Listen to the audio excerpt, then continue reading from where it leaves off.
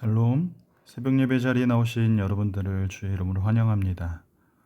찬송가 이 몸의 소망 무언가 함께 찬송하시겠습니다.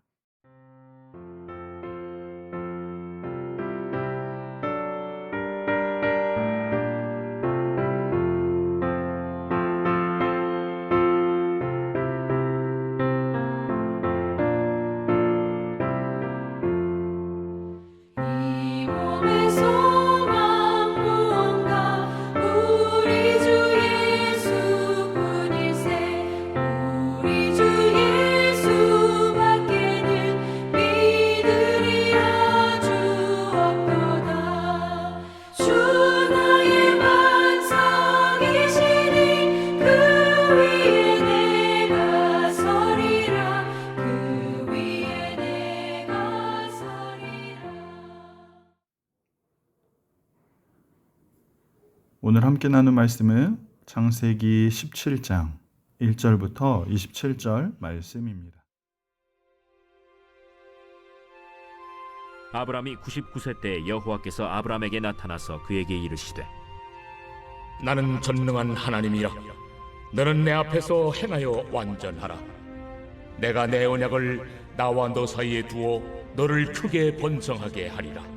아브라함이 엎드렸더니 하나님이 또 그에게 말씀하여 이르시되 보라, 내 언약이 너와 함께 있으니 너는 여러 민족의 아버지가 될지라.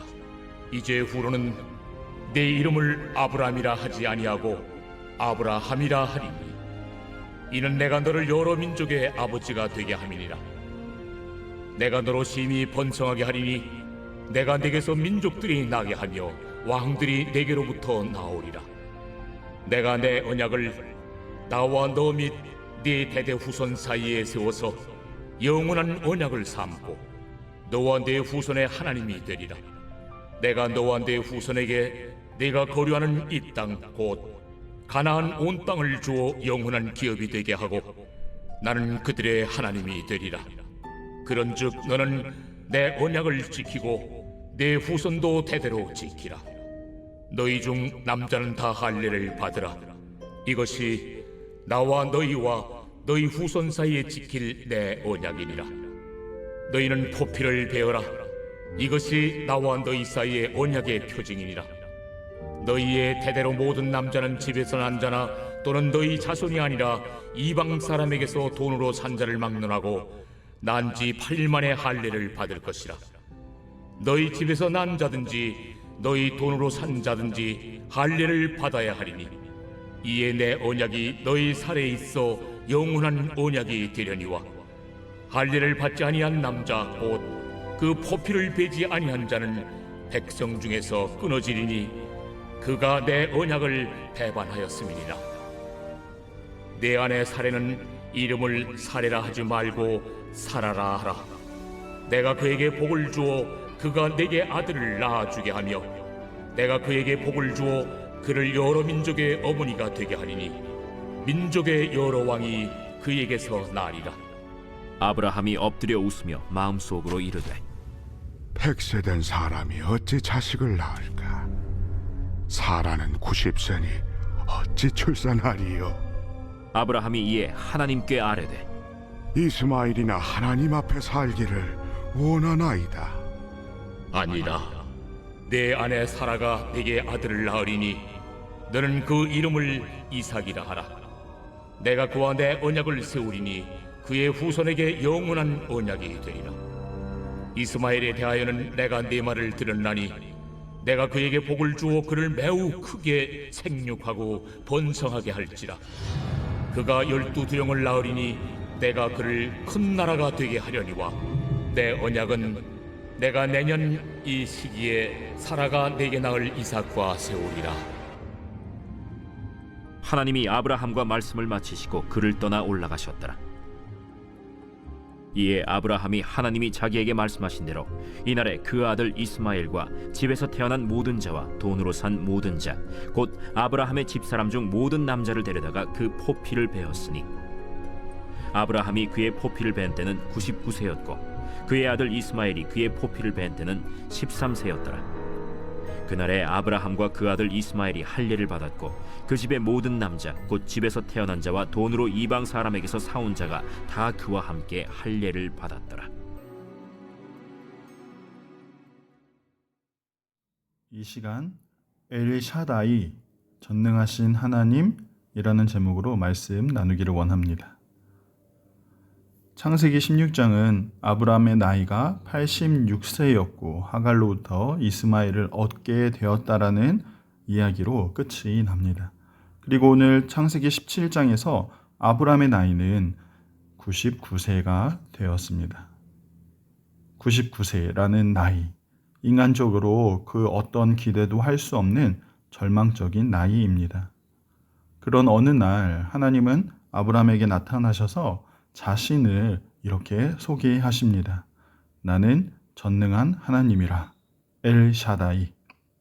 하나님께서 이렇게 자신을 소개하시는 이유가 무엇입니까?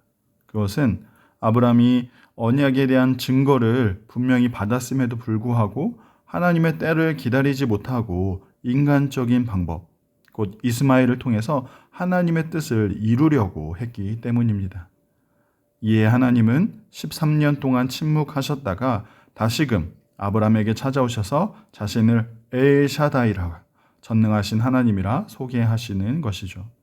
전능하신 하나님, 엘샤다이, 여기서 샤다이는 가슴을 의미하는데 어린 아기가 어머니의 젖으로부터 생명을 유지하는 영양분을 공급받고 자녀들이 어머니의 가슴으로 따뜻하게 키워지는 것처럼 하나님은 하나님의 백성들의 모든 필요를 채우시고 공급하시는 전능하신 분이라는 사실입니다.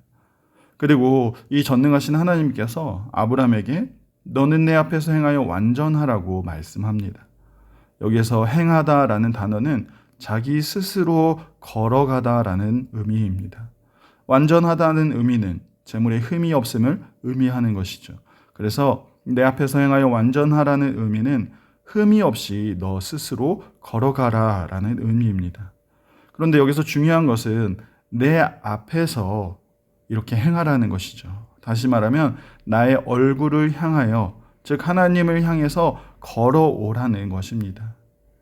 하나님을 향해 흠이 없이 온전히 걸어오라는 의미이죠.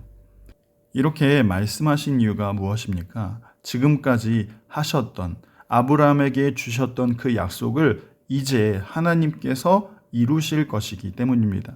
지금까지 이러한 약속에도 불구하고 아브라함이 자신의 방법으로 살아왔다면 이제는 더 이상 인간적인 방법이 아니라 하나님 앞에서 하나님의 눈을 의식하며 하나님의 방법대로 하나님을 향해 걸어가야 한다라고, 그렇게 살아가야 한다라고 말씀하시는 것이죠. 이에 아브라함은 하나님 앞에서 엎드렸고 그때 하나님은 아브라함의 이름을 아브라함으로, 사레를 사라로 이렇게 이름을 바꾸어 주셨습니다. 아브라함의 이름의 뜻은 좋은 아버지, 존귀한 아버지라는 의미인데 그냥 존귀한 한 아버지가 아니라 이제는 열국의 아비로 그 이름을 바꾸어 주신 것이죠. 사레 역시 나의 공주라는 뜻에서 모든 민족의 어머니로 그 이름을 바꾸어 주신 것입니다. 여러분, 어떻게 열국의 아비가 되고 모든 민족의 어머니가 될 수 있겠습니까? 그것은 하나님이 엘샤다이, 전능하신 하나님이시기 때문입니다.